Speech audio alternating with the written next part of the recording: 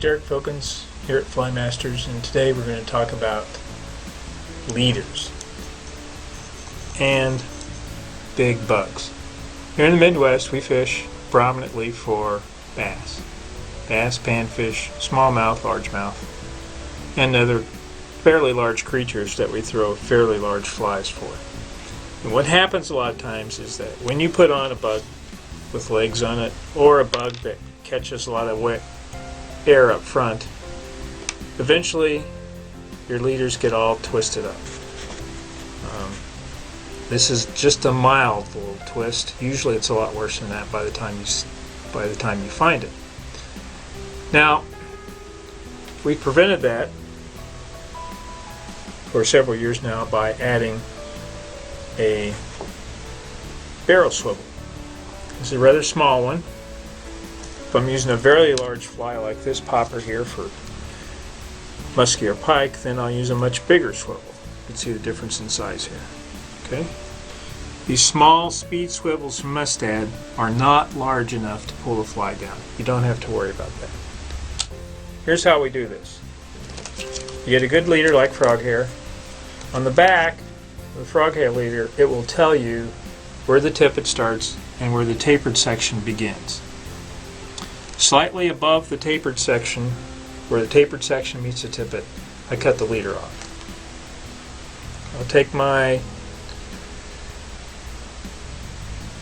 end of that leader that's into the tapered section, tie an improved cinch knot onto my swivel,